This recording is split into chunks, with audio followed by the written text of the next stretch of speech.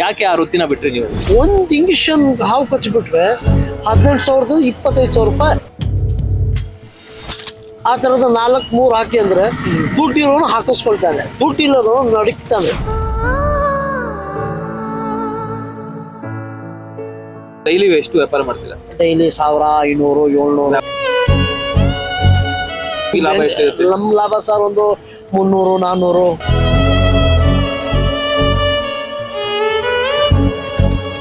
Sir ಒಂದು ಮಾತು ಹೇಳ ಸರ್, ಬಡತನದಲ್ಲಿರೋ ಸುಖ ಶ್ರೀಮಂತರದಿಲ್ಲ ಸರ್.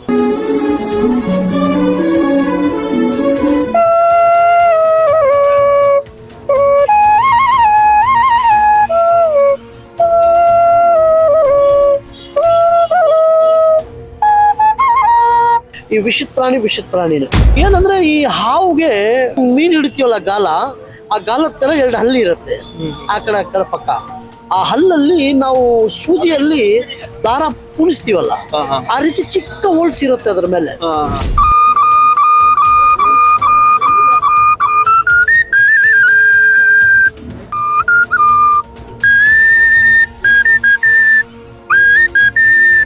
ಸರ್, ಈ ರಾಮೇಶ್ವರ ಕೆಫೆ ಹೋಟ್ಲಿಂದ ನಮ್ಮ ಜೀವನ ನಡೀತಾ ಇದೆ. ಏನೋ ಸಣ್ಣ ಪುಟ್ಟ ನಾನು ಬಾರಿಸ್ತೀನಿ, ಅಲ್ಲಿ ಕಾಫಿ ಕುಡಿಯೋರು, ಟೀ ಕುಡಿಯೋರು ಕೇಳ್ತಾರೆ, ಕೇಳ್ಬಿಟ್ಟು ಬಂದ್ಬಿಟ್ಟು ಏನಾರು ಒಂದು ವ್ಯಾಪಾರ ಮಾಡ್ತಾರೆ.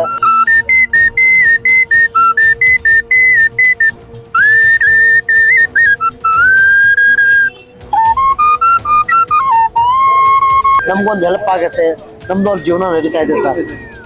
ಸರ್, ಇದು ವುಡನ್ ಬಾಕ್ಸ್ ಇದೆ, ಫ್ರಿಜ್ ಮ್ಯಾಗ್ನೆಟ್ಗಳು, ಈ ಹಾಲಿನ ಸೈಕಲ್ಲು, ಬೈಸಿಕಲ್ಲು, ಆಮೇಲೆ ಫ್ಲೂಟ್ಸು, ಇಲ್ಲ ಬ್ರಾಸ್ ಥಿಂಗ್ಸ್ ಸ್ವಲ್ಪ ಚಿಕ್ಕದಾಗಿ ಎಲ್ಲ ಮಾಡ್ತಾ ಇದ್ದೀನಿ ಸರ್.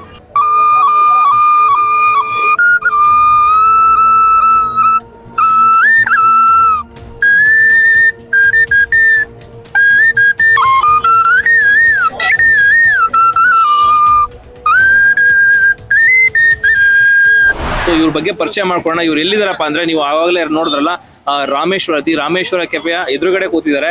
ಸೊ ಎದುರುಗಡೆ ಕೂತ್ಕೊಂಡು ಈ ತರ ವ್ಯಾಪಾರ ಮಾಡ್ತಾ ಇದ್ದಾರೆ. ನೋಡಿ, ಇಲ್ಲಿ ನೋಡ್ತಾ ಇದ್ರಲ್ಲ, ಇದನ್ನೆಲ್ಲ ಸೈಕಲ್ ಆಗ್ಬೋದು, ಮಾಡೆಲ್ಗಳು, ಸೈಕಲ್ಲು, ಮಾದರಿ, ಮತ್ತೆ ಕೊಳಲುಗಳು, ಮತ್ತೆ ಮರದ ಎಲ್ಲ ಐಟಮ್ಗಳನ್ನ ಇಟ್ಕೊಂಡಿದ್ದಾರೆ. ಅವ್ರನ್ನೇ ಕೇಳೋಣ ಏನೇನಿದೆ ಅಂತ. ಬೇಸಿಕಲಿ ಇವರು ಮುಂಚೆ ಹಾವನ್ನ ಹಿಡಿತಾ ಇದ್ರಂತೆ, ಸಿನಿಮಾಗಳಲ್ಲೆಲ್ಲ ಕೆಲಸ ಮಾಡಿದ್ದಾರೆ. ಅಲ್ಲಿಂದ ಇಲ್ಲಿ ಬಂದು ಇವಾಗ ಈ ತರ ಅಂಗಡಿ ಇಟ್ಕೊಂಡು ತನ್ನ ಜೀವನನ ಸಾಗಿಸ್ತಾ ಇದ್ದಾರೆ. ಯಾಕೆ ಈ ರೀತಿ ಅಂಗಡಿಗಳನ್ನ ಇಟ್ಕೊಂಡ್ರು, ಮತ್ತೆ ಮುಂಚೆ ಏನ್ ಮಾಡ್ತಾ ಇದ್ರು, ಅದನ್ನೆಲ್ಲ ತಿಳ್ಕೊಂತ ಹೋಗೋಣ, ಬನ್ನಿ ಮಾತಾಡ್ಸೋಣ. ಸರ್ ನಮಸ್ತೆ. ಸರ್ ನಮಸ್ತೆ, ಹೇಳಿ ಸರ್. ಯಾಕೆ ಆ ವೃತ್ತಿನ ಬಿಟ್ರಿ ನೀವು? ಸರ್, ಅದು ನಾವು ಈಗ ಪ್ರಾಣಿ ಹಿಂಸೆ ಅಂತ ಕೆಲವರು ನಮ್ಮ ಫಾರೆಸ್ಟ್ ಅವರೇ ಹೇಳಿದಿರೋದು, ಬೇಡ ಹಿಡಿಬೇಡಿ, ಅದ್ರ ಪ್ರಾಣಿ ಹಿಂಸೆ ಮಾಡಬೇಡಿ ಅಂತ ಹೇಳಿದ್ದಾರೆ. ಅದನ್ನು ಅವರು ಹೇಳಿದ್ದಾರೆ ಒಳ್ಳೇದಕ್ಕೆ, ಅದಕ್ಕೆ ನಾವೆಲ್ಲ ಬಿಡ್ಬಿಟ್ಟಿದ್ದೀವಿ. ನೋಡಿ, ಈಗ ಅನ್ನದ ತುತ್ತಿದೆಯಲ್ಲ, ಅನ್ನದ ತುತ್ತರ ಎಷ್ಟೋ ಜನ ಕೈ ತುತ್ತಾಕ್ಬಿಟ್ಟಿದ್ದಾರೆ, ಸತ್ತೋಗಿದ್ದಾರೆ. ನಮ್ಮ ದೊಡ್ಡಪ್ಪ, ನಮ್ಮ ಚಿಕ್ಕಪ್ಪ, ನಮ್ಮ ಕಝೀನು, ನಮ್ಮ ಅಣ್ಣನ ಮಗ, ಒಳ್ಳೆ ಏನು ಅವ್ರದ್ದು ಕಲ್ಲರು, ಎಷ್ಟು ಮುದ್ದಾಗಿದ್ರು ಅವರೆಲ್ಲ ಸತ್ತೋದ್ರು, ಹಾವು ಹಿಡಿದು. ನೋಡಿ, ನಮ್ಮ ಶಿವರಾಮ್ ಅವರು ಹಾವು ಅಡ್ಗ ಹಾವಿನಿಂದ ಸಾವು ಅಂತ ಒಂದು ಸೀರಿಯಲ್ ತೆಗ್ದಿದ್ರು. ತೀರೋದ್ರಲ್ಲ ಅವರೆಲ್ಲ ಒಂದು ಸೀರಿಯಲ್ ತೆಗ್ದಿದ್ರು. ಆವಾಗ ಹಾವಾಡ್ಗ ಹಾವಿನಿಂದ ಸಾವು ಅಂತ ಒಂದು ಸೀರಿಯಲ್ ತೆಗ್ದಿದ್ರು. ಆವಾಗ ಈ ತರ ನಮ್ಮ ಬಗ್ಗೆ ತೆಗ್ದಿದ್ರು ಅವಾಗ ಅವರು. ಏನಂದ್ರೆ, ಈ ಹಾವುಗೆ ಈ ಮೀನು ಹಿಡಿತೀವಲ್ಲ ಗಾಲ, ಆ ಗಾಲದ ತರ 2 ಹಲ್ಲಿ ಇರುತ್ತೆ ಆ ಕಡೆ ಪಕ್ಕ. ಆ ಹಲ್ಲಲ್ಲಿ ನಾವು ಸೂಜಿಯಲ್ಲಿ ದಾರ ಪುಣಿಸ್ತೀವಲ್ಲ, ಆ ರೀತಿ ಚಿಕ್ಕ ಹೋಲ್ಸ್ ಇರುತ್ತೆ ಅದ್ರ ಮೇಲೆ. ಆ ಹೋಲ್ಸು ಏನಾಗುತ್ತೆ, ಆ ವಿಷ ಅದ್ರ ಸ್ಪ್ರೆಡ್ ಆಗುತ್ತೆ. ಯಾವಾಗ ಕಚ್ಚುತ್ತೆ, ಆ ಕಚ್ಚಿದ ತಕ್ಷಣ ಅದು ಒಳ್ತದೆ, ಒಳ್ಳಿದ ತಕ್ಷಣ ಅವನಿಗೆ ನಶೆ. ಈ 1 ಕೋಟಿ 2 ಕೋಟಿ ಕುಡ್ದಂಗೆ ನಶೆ, ಫುಲ್ ನಶೆದಲ್ಲಿ ಇರ್ತಾನೆ. ಒಬ್ಬ ಮಾತಾಡ್ತಾರೆ, 1, 2, 3 ಜನ ಕಾಣಿಸ್ತಾರೆ. ಇದೇನಪ್ಪ ಇದು ಅಂದ್ರೆ, ಈ ಚುರುಕ್ ಮೆಣಸಿಕಾಯಿ ಅಂತ ಬರುತ್ತೆ, ತುಂಬಾ ಖಾರ ಅದು ತಿಂದ್ರೆ ಎಷ್ಟು ಖಾರ ಅಂದ್ರೆ ಅಷ್ಟೊಂದು ಖಾರ. ಅದು ಸಿಹಿ ತರ ಇರುತ್ತೆ. 4-5 ಮೆಣಸಿಕಾಯಿ ತಿಂದ್ರೂ ಸಿಹಿ ಇರುತ್ತೆ, ಯಾಕಂದ್ರೆ ಅದರಲ್ಲಿ ವಿಷ ಇರುತ್ತೆ, ಮನುಷ್ಯನ ಒಳಗಡೆ ವಿಷ ಇರುತ್ತೆ ಅಂತ. ಅದೊಂದು ಟೆಸ್ಟಿಂಗ್ ಆ ಕಾಲದಲ್ಲಿ ನಮ್ಮ ಅಜ್ಜಿ ಮಾಡ್ತಾ ಇದ್ರು. ಅದನ್ನ ಈ ಕೋಳಿದು ಪೊಕ್ಕೆ ಬರುತ್ತಲ್ಲ, ಇದು ಆಡ ಮುಟ್ಟಿಲದ ಗಿಡ ಅಂತ ಒಂದು ಬರುತ್ತೆ, ಆ ಸೊಪ್ಪನ್ನ ಚೆನ್ನಾಗಿ ಒಣಗಿಸ್ಬಿಟ್ಟು ಪೌಡರ್ ಮಾಡಿಸ್ಬಿಟ್ಟು ಬಿಸಿನೀರಲ್ಲಿ ಅದನ್ನ ಮಿಕ್ಸ್ ಮಾಡಿಸ್ಬಿಟ್ಟು ಕುಡಿಸ್ಬಿಟ್ಟು ವಾಂತಿ ಮಾಡಿಸ್ತಾರೆ. ಹಾ ಹಾ ವಾಂತಿ ಮಾಡಿಸುವಾಗ ಅದರಲ್ಲಿ ವಿಷ ಬರುತ್ತೆ ಅಂತ. ಓಕೆ ಓಕೆ ಅದು ಫುಲ್ ನಿದ್ದೆ ಬರುತ್ತೆ ಅವ್ರಿಗೆ, ನಿದ್ದೆ ಮಾಡಕ್ ಕೊಡಲ್ಲ. ಈ ಥರ ಇವನಿಗೆ ನಿದ್ದೆ ಮಾಡಿಸ್ಬಾರ್ದು ಅಂತ ಅದನ್ನು ಸ್ವಲ್ಪ ತೆಗಿಸಿ ಎಲ್ಲ ಪರ್ಫೆಕ್ಟ್ ಮಾಡ್ತಾ ಇದ್ರು ಆ ಕಾಲದಲ್ಲಿ. ಇವಾಗ ಏನಾಗೋಯ್ತಂದ್ರೆ ಇಂಗ್ಲಿಷ್ ಮೆಡಿಷನ್, ಒಂದು ಇಂಗ್ಲಿಷನ್ ಹಾವು ಕಚ್ಚಿಬಿಟ್ರೆ 18,000 25,000 ರೂಪಾಯಿ ಆ ಥರದ 4-3 ಹಾಕಿ ಅಂದರೆ ದುಡ್ಡಿರೋನು ಹಾಕಿಸ್ಕೊಳ್ತಾನೆ, ದುಡ್ಡಿಲ್ಲದವನು ನಡುಕ್ತಾನೆ. ಆ ರೀತಿ ನಾವು ಹಾವುಗಳು ಹಿಡಿಯೋಕೆ ಬಿಟ್ಬಿಟ್ಟಿದ್ದೀವಿ ಈಗ. ಅದು ವಿಷದ ಪ್ರಾಣಿ, ನಮಗೂ ಭಯ. ಇಲ್ಲಾಂದ್ರೆ ನಾವು ಹಿಡಿತೀವಿ, ಯಾಕಂದ್ರೆ ಈ ವಿಷದ ಪ್ರಾಣಿನೇ. ಅದಕ್ಕೋಸ್ಕರ ನಾವು ಒಂದು ಒಳ್ಳೆದೇ ಆಯ್ತು ನಮಗೆ, ಅದರಿಂದ ನಾವು ಬಿಡುಗಡೆ ಆಗಿದ್ದೀವಿ. ಈ ಸಪೋಸ್ ಈಗ ಹಾವುಗಳಲ್ಲಿ ನಾಗರಾವು ಆ ಥರ ಎಲ್ಲ ಇರುತ್ತಲ್ವಾ ಸರ್? ಈ ನಾಗರಾವಲ್ಲಿ ಒಂದು 4-5 ಜಾತಿ ಇದೆ. ಓಕೆ. ಈ ನಾಗರಾವಲ್ಲೇ ಮಿಣ್ ನಾಗರಾವ್, ಕರಿ ನಾಗರಾವ್, ಗೋಧುವೆ ನಾಗರಾವ್, ಆ ಥರ ಎಲ್ಲ ನಾಗರಾವ್ಗಳು ಬರುತ್ತೆ. ಈಗ ಅದರಲ್ಲಿ ವೈಫರ್ ಸ್ನೇಕ್ಗಳು ಬರುತ್ತೆ. ವೈಫರ್ ಅಂದ್ರೆ ಕೆಟ್ಟ ಹಾವು, ಕುಳಕ್ ಮಳ್ಳ ಅಂತಾರೆ, ಕೊಳತ್ ಮಳ್ಳ ಅಂತಾರೆ, ಅದು ಯಾವ್ಯಾವುದೋ ಹಾವುಗಳು ಇರುತ್ತೆ. ಈ ಕೆಲವರು ಈ ತೋಟದಲ್ಲಿ ಕೆಲಸ ಮಾಡೋರು ಈ ಗಾಯ ಆಗಿರ್ತದೆ ಪಾಪ ಅವ್ರಿಗೆ, ಹಸಿ ಗಾಯ ಇರುತ್ತೆ. ಅದು ಕೆಟ್ಟ ಹಾವು ಕೊಳಕ್ ಮಣ್ಣ ಇದೆಲ್ಲ, ಅದು ಉಗಿದ್ಬಿಟ್ಟು ವಿಷ ಬಿಟ್ಟು ಹೋಗಿರ್ತದೆ. ಆ ಎಲೆಗಳು ಇವು ಸೋಸ್ಕೊಂಡು ಹೋಗ್ತಾರಲ್ಲ, ಅದು ಟಚ್ ಆದ್ರೆ ಅಲ್ಲಿಂದಾನೆ ಅವ್ರಿಗೆ ಪಾಪ ಕೆರಿಯೋದು, ಒಂಥರ ಇದಾಗೋದು, ಆ ಥರ ಎಲ್ಲ ಆಗತ್ತೆ ಪಾಪ ಹಳ್ಳಿ ಜನಗಳಿಗೆ. ಆ ಥರ ಎಲ್ಲ ನಾವು ಪಾಪ ಒಬ್ರು ಬಂದು ಹೇಳಿದ್ರು ಈ ಥರ ಆಗ್ಬಿಟ್ಟಿದೆ ನಮಗೆ, ಈ ಥರ ಯಾವ್ದಾರ ಮೆಡಿಷನ್ ಇದ್ರೆ ಹೇಳಿ, ಇಂಗ್ಲೀಷ್ ಮೆಡಿಷನ್ ಒಳಗೆ ಆಗ್ತಾ ಇಲ್ಲ, ನಾಟಿ ಇದರಲ್ಲೂ ಆಗ್ತಾ ಇಲ್ಲ ಅಂತ ಒಬ್ರು ಬಂದು ಹೇಳಿದ್ರು ನನಗೆ. ಪಾಪ ಅವರು, ನಾನು ಹೇಳಿದೆ ನಾಟಿಗೆ ಇದು ಮಾಡ್ಕೊಳ್ಳಿ ಅಂತ. ಆ ರೀತಿನೂ ಆಗತ್ತೆ. ಹಾವುಗಳಲ್ಲಿ ಒಂದು ಮತ್ತಲ್ಲಿ ನಿಮ್ಮ ಹಿಂದೂ ಇದರಲ್ಲಿ ಕಣ್ಣಿಗೆ ಕಾಣೋ ದೇವರು ನಾಗರಾವ್. ನೋಡಿ, ಈಗ ಹಾಲು ಮತ್ತೆ ಮೊಟ್ಟೆ, ಈ ಕಪ್ಪೆಗಳು, ಇಲಿಗಳು, ಈ ಹಾಲು ಮೊಟ್ಟೆ ಇದು ಕುಡಿಯಲ್ಲ ಕಾಡಲ್ಲಿದ್ದಾಗ. ಅದನ್ನ ಅಟ್ಯಾಕ್ ಮಾಡಿಬಿಟ್ಟು ಕಪ್ಪೆಗಳು, ಇಲಿಗಳು ಅಟ್ಯಾಕ್ ಮಾಡಿಬಿಟ್ಟು ತಿನ್ನುತ್ತೆ. ನಮ್ಮಲ್ಲಿ ಇರ್ತಾ ಇದ್ರೆ ಅವ್ರಿಗೆ ಹಾಲು ಮೊಟ್ಟೆ ಅದು ಒಂದು ಇದರಲ್ಲಿ ಹಾಕಿ.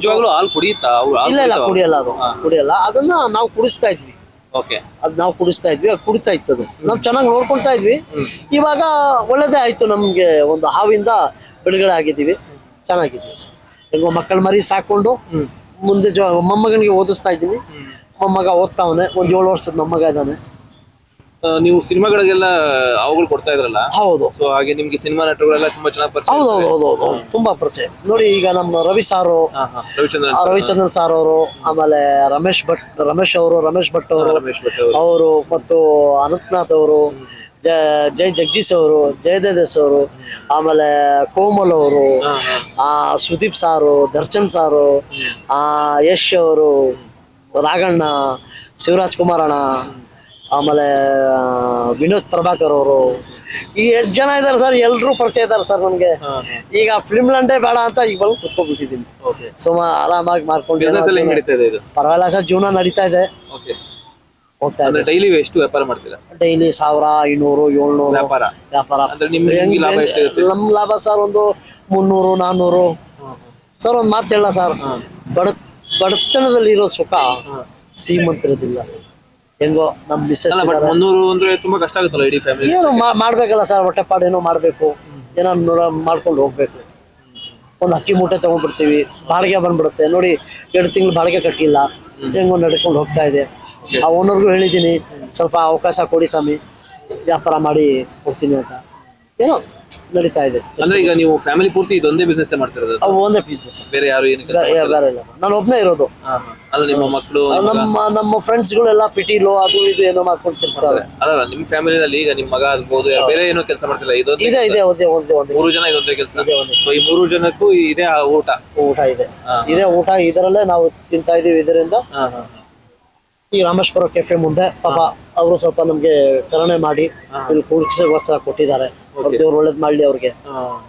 ಏನ್ ಸಮಸ್ಯೆ ಮಾಡಿಲ್ಲ ಯಾರು ಇಲ್ಲಿ? ಏನು ಸಮಸ್ಯೆ ಮಾಡಿಲ್ಲ ಸರ್. ಜೀವನ ನಡೀತಾ ಇದೆ ಸರ್. ಓಕೆ, ಒಳ್ಳೇದಾಗ್ಲಿ, ಚೆನ್ನಾಗಿ ವ್ಯಾಪಾರ ಆಗ್ಲಿ.